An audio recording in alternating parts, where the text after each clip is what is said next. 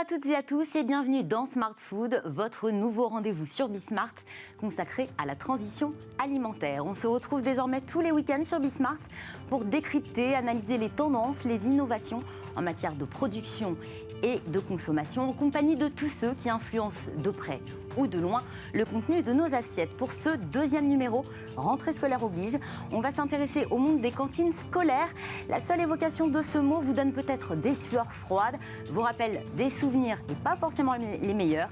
Mais aujourd'hui, on ne compte plus les initiatives pour améliorer la qualité des repas. La loi est passée par là. Bio, circuit court, menu végétarien, où en est-on réellement ? Quels sont les enjeux liés à l'assiette de cantine de nos enfants? Nous ferons le point dans quelques instants avec mes invités. Et puis dans notre rubrique Nouvelles recettes, une innovation, le premier pot de fleurs composteur. Il permet de nourrir vos plantes grâce au lombricompostage. Découverte et rencontre avec l'un des cofondateurs de ce concept pratique et esthétique. Ce sera à la toute fin de cette émission. Smart Food, c'est parti. On commence tout de suite avec notre rubrique à la carte.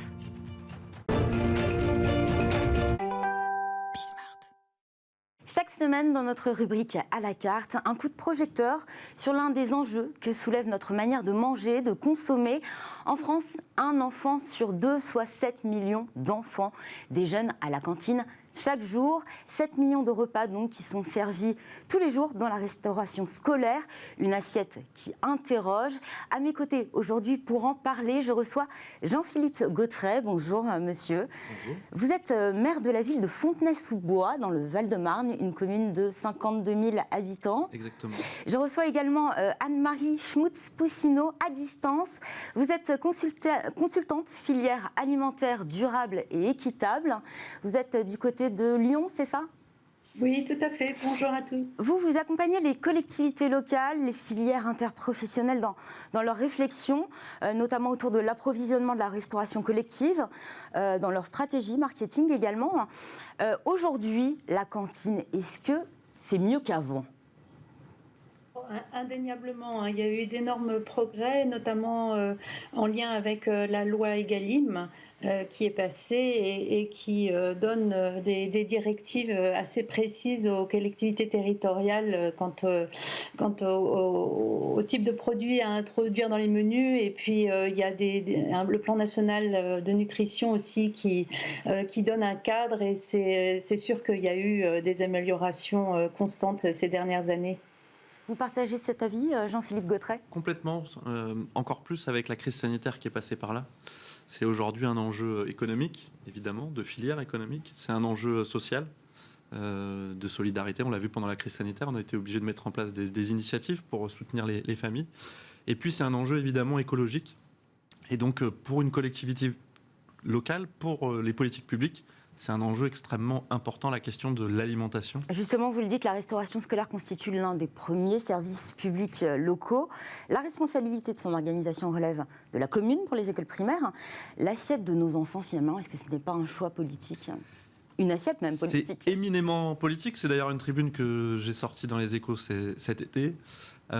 C'est pour nous, par exemple, le système à Fontenay, c'est une régie publique qui sert... Comment ça fonctionne exactement d'ailleurs, l'organisation d'une cantine ? On a une quarantaine d'employés sur la production. On a donc d'agents publics qui font de la production semi-industrielle, puisque nous on a du mix liaison froide, liaison chaude. On cuisine aussi dans les établissements scolaires. On sert 5000 repas jour, hors Covid évidemment. Un tarif au coefficient familial. On a 1000 enfants qui ne payent pas la restauration collective. C'est 60% de produits bio, beaucoup de circuits courts. On est adhérent de la coopérative des agriculteurs bio d'Île-de-France pour avoir de la mozzarella ou des tomates produites en Île-de-France. Et puis, c'est aussi des menus de substitution qui permettent à chacun de respecter notamment les projets de santé individualisés, notamment les allergies, de manger moins de viande pour certains. On a des plats végétariens. On est à 95% chez nous d'enfants qui mangent à la cantine.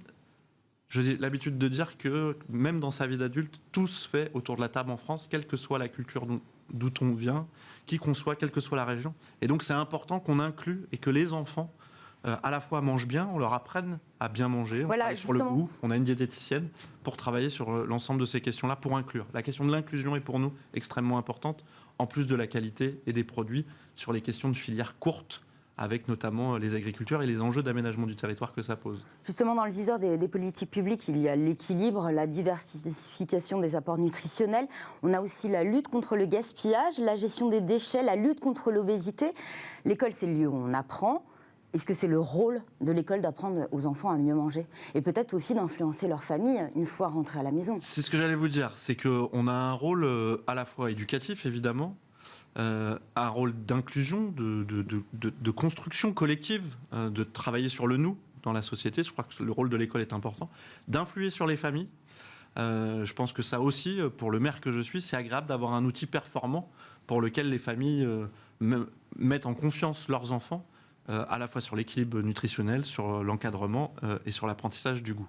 Mais je vais plus loin, je pense que c'est aussi un enjeu structurant de la transition écologique. Aujourd'hui, la cantine scolaire, c'est une politique publique extrêmement importante pour transformer l'économie, pour améliorer aussi l'écologie sur les modes de production. Et puis, pour aller plus loin, je pense aussi que c'est un enjeu de santé publique. Dans une des obligations qu'on va avoir dans la prochaine période, il nous reste plus que la vaisselle qui est encore en plastique. Sinon, nous, dans toute la filière, il n'y a plus de plastique pour lutter contre les perturbateurs endocriniens. Et donc, on travaille. C'est un objectif d'ici 2025, 2025, selon la loi Egalim. C'est pas simple. Alors, heureusement, nous, dans la production des repas, il nous reste plus que la vaisselle. Donc, si on ne trouve pas d'autre solution, on remettra de la vaisselle en porcelaine, ce qui n'est pas forcément les plus pratiques. Mais ceci dit, on travaille à des innovations. Je me suis rendu il y a 2 ans dans une PME qui a travaillé sur des de la vaisselle végétale. Alors, elle est considérée comme du bioplastique. Donc ça ne marchera pas, on a expérimenté, mais ça nous permet aussi de travailler à des nouvelles filières économiques franco-françaises pour développer sur le territoire national des nouvelles filières, que ce soit des filières de production et toutes les filières associées. Donc c'est extrêmement important dans la transformation de l'économie vers une transition écologique. C'est une politique structurante. Je pense, pour les collectivités locales ont complètement leur rôle à jouer là-dessus, d'autant plus quand les Français le demandent et que mes concitoyens sont demandeurs de cette question-là. Anne-Marie Schmutz-Poussineau, vous avez aussi ce sentiment que c'est une demande de la part des politiques et aussi des familles de faire de la cantine et de l'école un levier pour mieux manger? Oui, tout à fait. C'est vraiment dans l'air du temps. Beaucoup de collectivités territoriales travaillent sur leurs projets alimentaires territoriaux, qui est aussi un dispositif mis en place nationalement. Et la restauration scolaire est souvent un des piliers de cet axe politique. Et c'est pour ça que voilà, des personnes comme moi sont là pour les accompagner, pour les conseiller. Nous travaillons à la fois avec les collectivités territoriales, mais avec aussi toute la partie agricole et agriculture ou agroalimentaire pour justement mettre en place un approvisionnement dans ce sens-là. Donc oui, c'est vraiment le sujet à l'ordre du jour sans conteste. Il y a aussi cette question d'éduquer au goût. Comment on peut initier ça au sein d'une cantine? Ça passe par des ateliers peut-être? Peut-être la gestion d'un potager, qu'on voit exactement le trajet finalement du champ à l'assiette.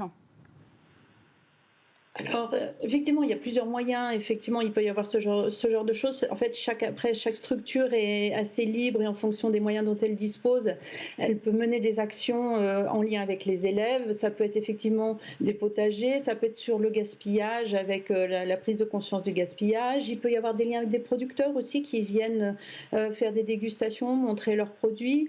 Des fois, il y a des liens aussi qui sont créés avec certains professeurs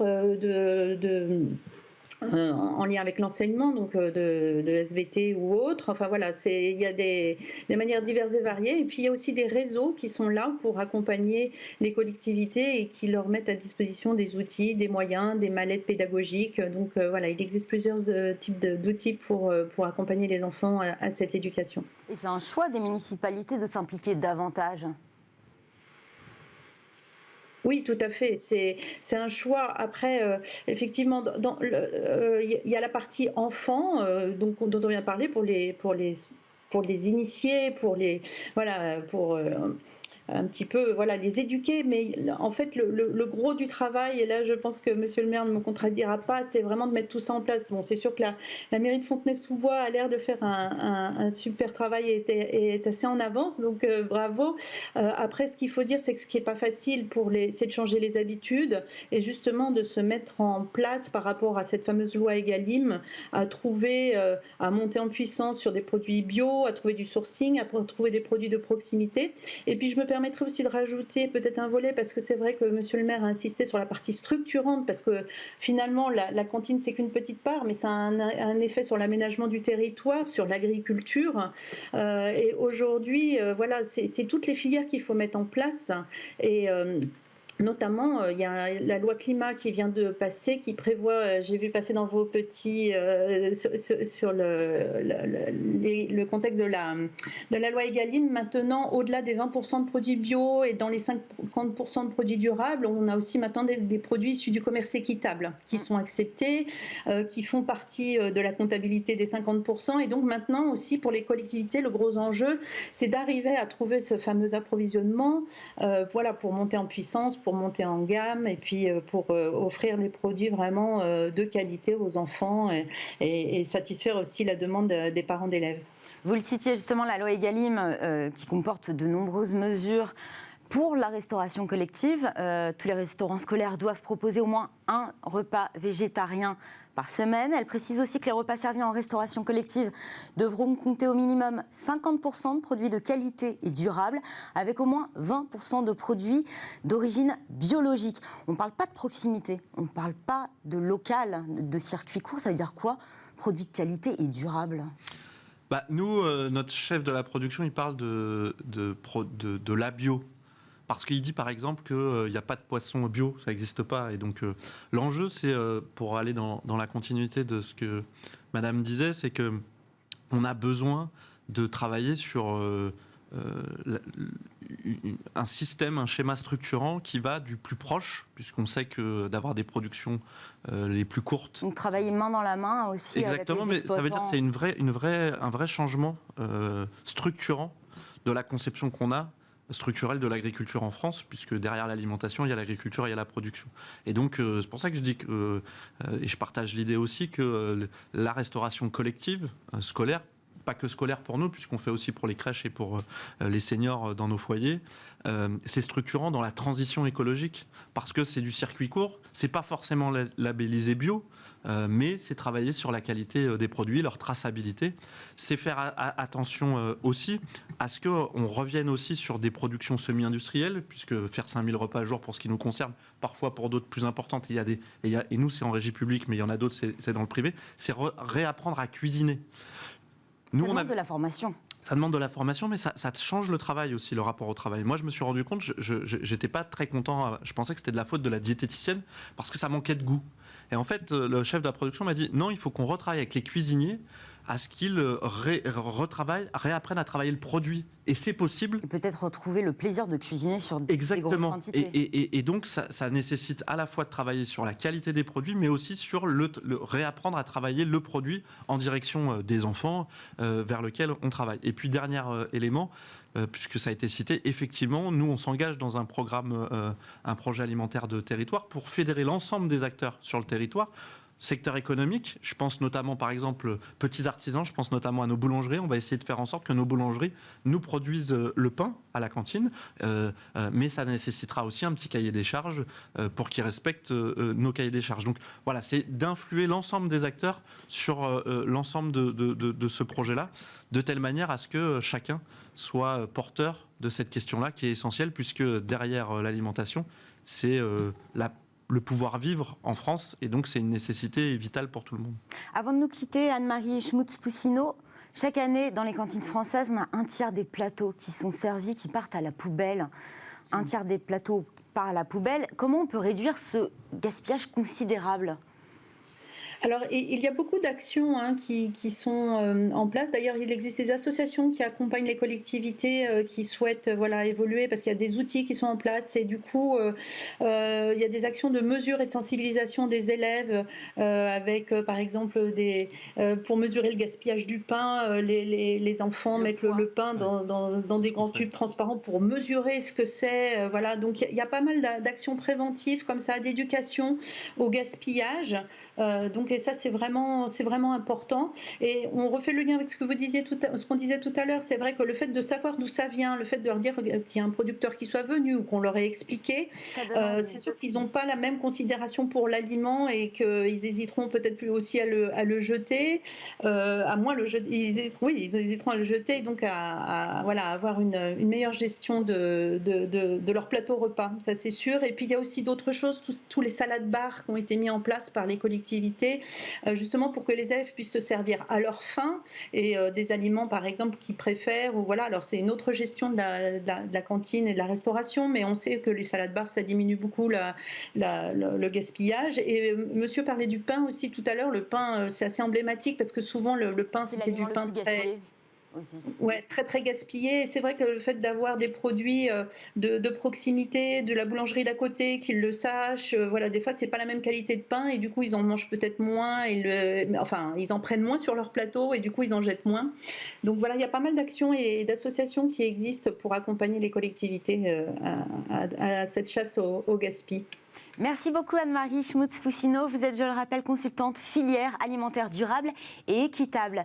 Jean-Philippe Gautret, vous voulez aller plus loin, au-delà, on parlait de cet enjeu social, pas seulement s'arrêter à la cantine scolaire et au repas du midi. Vous proposez quelque chose en plus et ça concerne le petit déjeuner. On s'est rendu compte que dans l'équilibre alimentaire, il y avait le repas du midi, évidemment. Parfois, pour certaines familles, c'était le seul repas, mais il y avait aussi la question du petit déjeuner. Et donc, nous, on a commencé à le mettre en place dans notre collectivité, c'est mettre en place le petit déjeuner gratuit pour toutes les familles qui le souhaitent. Ça n'augmente pas en termes budgétaires, puisque, en fait, les parents qui peuvent, et financièrement, et en termes d'organisation du travail, garder leurs enfants, ils les gardent chez eux. Mais ceux qui n'en ont pas accès, permet à des enfants de commencer la journée dans les meilleures conditions en termes d'équilibre alimentaire. Donc c'est un élément de solidarité et de santé extrêmement important, et donc un élément éducatif extrêmement important. On parlait de cette loi Egalim, des objectifs d'ici 2022, d'ici 2025 notamment pour les plastiques. Il y a aussi un volet du plan de relance qui vise à soutenir les collectivités dans leur démarche pour promouvoir une meilleure alimentation en milieu scolaire. 50 millions d'euros mis sur la table pour soutenir les cantines scolaires, alors, afin qu'elles fassent le choix aussi de servir des produits bio, des produits locaux. Est-ce que vous pensez que l'enveloppe est suffisante pour atteindre ces objectifs ? Écoutez, j'allais vous dire que la loi est pas trop mal. Egalim, je suis pas le dernier à critiquer le gouvernement que je trouve ultralibéral. Pour le coup, là, tout ce que je vous ai cité, ça a un coût. C'est une politique volontariste et nous ne sommes pas aidés. Et pour exemple, nous sommes labellisés France Relance pour le lancement de notre programme alimentaire de territoire, mais nous n'avons pas de subventions qui vont en face. Donc je pense et nous ne faisons pas partie des collectivités les plus à plaindre, même si pour mettre en place des politiques publiques volontaristes, il nous faut des moyens. Et donc je pense que ça n'est pas suffisant, y compris pour transformer une économie et un système structurant. Et il faut aider et accompagner les collectivités publiques, il faut accompagner les acteurs économiques, et donc ça nécessite plus d'engagement de l'État en termes de moyens. C'est utile, c'est socialement utile, c'est économiquement utile et écologiquement utile, puisque c'est investir dans la structure française et industrielle de production française, et donc ça nécessite que le gouvernement investisse plus. On l'a vu, il est capable de le faire, on l'a vu sur les dispositifs de chômage partiel pour aider à ce que l'économie ne s'écroule pas pendant la crise du Covid. Donc je pense qu'un des enjeux de demain, il faut flécher et aider les collectivités pour qu'elles s'engagent et qu'elles permettent au secteur économique de la filière de suivre, parce que c'est un enjeu, on l'a vu cet été avec les nombreux incendies, c'est un enjeu extrêmement important, cette crise climatique. Et je pense que les enjeux de restauration scolaire et donc toute la filière est un enjeu pour transformer l'économie française sur ce sujet de la transition écologique. Sarah José nous a rejoint. Bonjour Sarah, vous êtes diététicienne nutritionniste comportementaliste alimentaire. Vous êtes membre de l'Association française des diététiciens nutritionnistes. On pointe souvent la cantine du doigt en parlant de malbouffe. Est-ce que la cantine n'est pas finalement le coupable idéal ? Je vous rejoins Fanny, tout à fait. Bonjour à tous. En effet, je trouve qu'on tape un petit peu sur la cantine. Or, il faut savoir que pour un grand nombre d'écoliers et d'étudiants, c'est quand même encore et aujourd'hui un moyen de se restaurer de façon équilibrée. Un repas, les bases d'un repas équilibré chez l'enfant, ça consiste en quoi exactement ? Alors, sans rentrer justement dans le principe de la loi Egalim, classiquement, donc on va dire qu'un repas équilibré, c'est composé d'une protéine, de légumes et de féculents. En tout cas, sur le repas du déjeuner à midi, parler de comme on l'entend. protéines, transition toute trouvée pour parler du menu végétarien. C'est une protéine animale, végétale ? Elle peut être animale ou végétale. C'est là où ça devient un peu plus complexe. Alors, en général, dans tous les cas, il faut qu'elle soit quand même animale également pour apporter en fait toutes les vitamines. C'est pour ça qu'on dit équilibré. Pas que des protéines animales, mais pas que du végétal non plus. Le repas végétarien, ça a posé un gros problème dans certaines communes avec vraiment une levée de bouclier. Comment on peut expliquer justement que ça cristallise autant les tensions ? C'est une méconnaissance peut-être de la qualité des protéines ? Mais pour deux raisons à mon avis. L'une qui est un peu scientifique, c'est-à-dire y compris moi qui ai plutôt une culture très française sur la viande. On s'est rendu compte que pour la santé, manger un peu moins de viande, c'était pas grave. Et donc il y avait des levées de bouclier pour des questions culturelles. Et puis pour des raisons très politiciennes, liées à différents régimes alimentaires et des polémiques qui n'ont pas lieu d'être. Nous, je vous l'ai dit tout à l'heure, on a mis en place le menu de substitution qui respecte l'ensemble des régimes alimentaires, quelle que soit la raison. Et ça se passe très bien. On a mis en place un menu végétarien régulier. Au début, moi-même, j'aimais pas ça. Et puis, quand je m'y rends... Et on s'habitue, mais c'est toute la question du goût. Et il faut travailler avec les diététiciennes. Nous aussi, on parlait de cantine scolaire et de la qualité. La diététicienne à Fontenay-sous-Bois, c'est un engagement fort qui nous permet aussi d'envoyer un gage de qualité vis-à-vis des parents sur l'équilibre alimentaire. Et donc, on a besoin aussi de ces compétences qui nous permettent aussi de travailler à la confiance, parce que c'est un élément extrêmement structurant sur la santé et sur l'alimentation des enfants. Sarah José, on a quand même un point qui est très important. Est-ce que finalement, on essaye d'être rentable aussi, puisque pour proposer des menus à bas coût pour les parents, les familles, vous parliez du quotient familial tout à l'heure, est-ce que bonne nutrition et bas coût sont compatibles ? On peut. Ça devient un enjeu difficile. Mais on peut encore y arriver. Voilà, ça devient un peu compliqué, pas forcément à cause des mairies. On a aussi aujourd'hui, on le sait, le prix par exemple du blé, tout simplement avec la crise qu'on vient de traverser et l'offre de la loi et de la demande qui va augmenter le prix du blé, donc d'un aliment qu'on retrouve classiquement, que ce soit dans les menus classiques comme dans les menus végétariens. Donc avoir un petit peu... Je dirais que, en fait, justement, c'est cette polémique la cantine, mais du végétarien, parce que c'est une notion de coût. Non, aujourd'hui, elle répond justement, comme on le disait, à la loi Egalim, avec justement en faisant, c'est ce que j'essaie d'expliquer, en faisant une seule fois un repas par jour végétarien à toute échelle. Eh bien, on contribuera au développement, enfin, en tout cas, à protéger un petit peu notre planète, et c'est pas ça qui va toucher à l'équilibre sur un des repas. Pareil, je voudrais mettre un petit focus sur ce qu'on appelle l'alimentation végétarienne, parce que c'est très très vaste. En fait, classiquement en Occident, l'alimentation, enfin les régimes végétariens, en général, c'est plutôt ce qu'on appelle des lacto-ovo-végétariens, c'est-à-dire qu'on enlève totalement les protéines animales, poissons, viande, volaille compris, et on va garder juste les œufs, et les produits laitiers, ce seront les moins carencés. Alors je rassure tout de suite les parents, c'est pas parce s'il y a l'équilibre à la maison, ce n'est pas parce qu'il y a un repas à la cantine qui est végétal qui seront déséquilibrés. Généralement qui est bien pensé en tout cas. Merci beaucoup Sarah José. Oui. Vous êtes diététicienne, nutritionniste, comportementaliste, alimentaire. Merci aussi à vous de m'avoir accompagné en plateau, en présentiel. Jean-Philippe Gautret, maire de la ville de Fontenay-sous-Bois. Tout de suite, c'est une nouvelle recette à la découverte d'une innovation. Un pot de fleurs aujourd'hui, un pot de fleurs composteur qui nourrit votre plante avec vos épluchures. Oui, oui.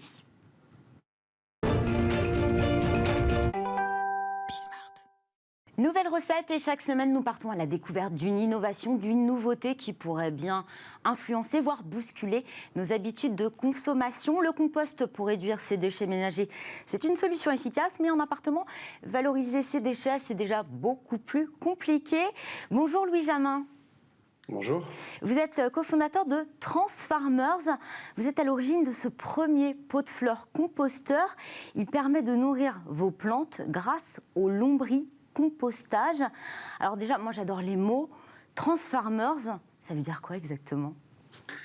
Eh ben, Transfarmers, donc vous l'aurez compris, c'est un petit jeu de mots avec un film américain bien connu. Et ben, l'idée, c'est voilà, transformer nos pratiques fermières, agricoles, et les rendre accessibles en milieu urbain. Donc voilà, c'est un petit jeu de mots.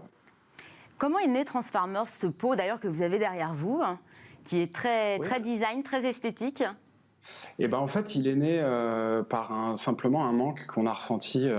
On était donc, quand je dis nous, c'est les 4 fondateurs de Transfarmers urbains. On souhaitait composter chez nous, et on a effectivement ressenti un manque qui était de ne pas trouver sur le marché un objet réellement adapté à nos modes de vie, à savoir des modes de vie urbains, peu de place.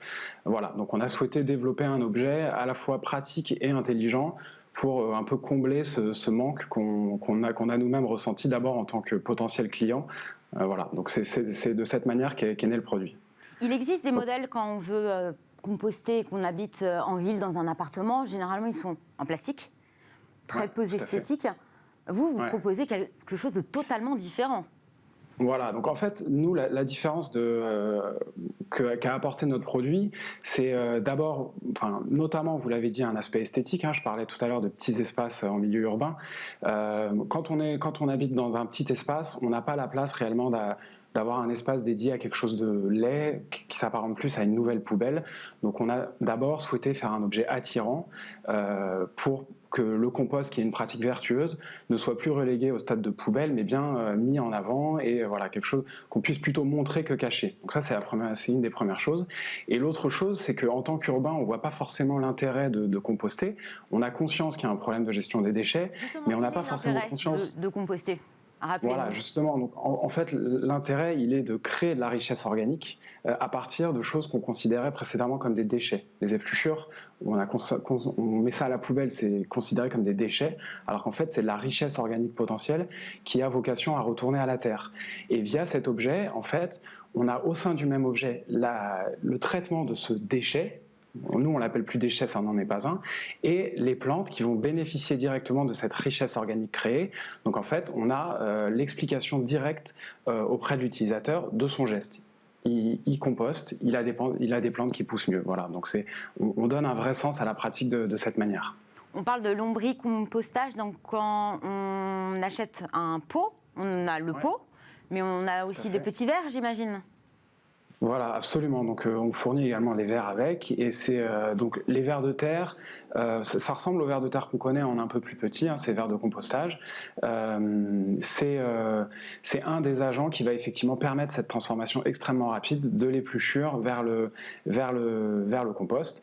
Et grâce à l'action de ces vers de terre, ça permet, dans un objet qui a un volume relativement restreint, de traiter une quantité de déchets assez importante vu la dynamique très rapide du compostage. On peut jeter n'importe quoi dans le compost ? Alors n'importe quoi, non, c'est essentiellement destiné en majorité à ce qu'on appelle déchets d'épluchure, donc c'est-à-dire toutes les épluchures que vous allez produire en faisant la cuisine, donc fruits et légumes, à quelques exceptions près, ail, oignons, citron, voilà, qu'il faut éviter.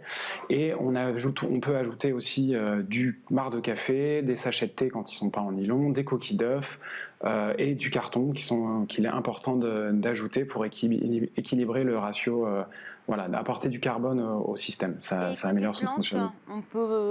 Qu'est-ce qu'on peut y mettre ? Des herbes aromatiques, ou on peut avoir quelque chose de beaucoup plus important ? Ouais, alors là, cette plante, ça c'est un Schlumbergera qui est relativement petit, c'est lié à l'espace dans lequel est le pot. On peut avoir des choses beaucoup plus importantes, on peut avoir de l'aromatique, on peut avoir des petites plantes potagères. Ce qui est important, c'est de comprendre que l'ensoleillement dans lequel se trouve le pot va guider énormément la plante qu'on peut y mettre. Notre promesse, c'est pas de faire pousser des tomates à l'ombre, c'est de pouvoir faire pousser des tomates dans des bonnes conditions au soleil. Mais on peut tout à fait avoir des plantes petites tomates, on peut avoir de la plante verte, qu'on connaît bien. Et ce que que j'ai pas précisé, c'est que l'objet peut être mis en intérieur comme en extérieur. Donc ça élargit encore énormément. Ouais, tout à fait. Ça élargit le panel de plantes qu'on peut mettre. Merci beaucoup Louis Jamin. Vous êtes, je le rappelle, cofondateur de Transfarmers. C'est la fin de cette émission. Merci à tous de nous avoir suivis. Merci à Sybille et Caroline en régie, à Romain à la réalisation, Amanda au son. On se retrouve la semaine prochaine sur Bismart pour un nouveau numéro de Smart Food. Bon week-end et très bonne journée à tous.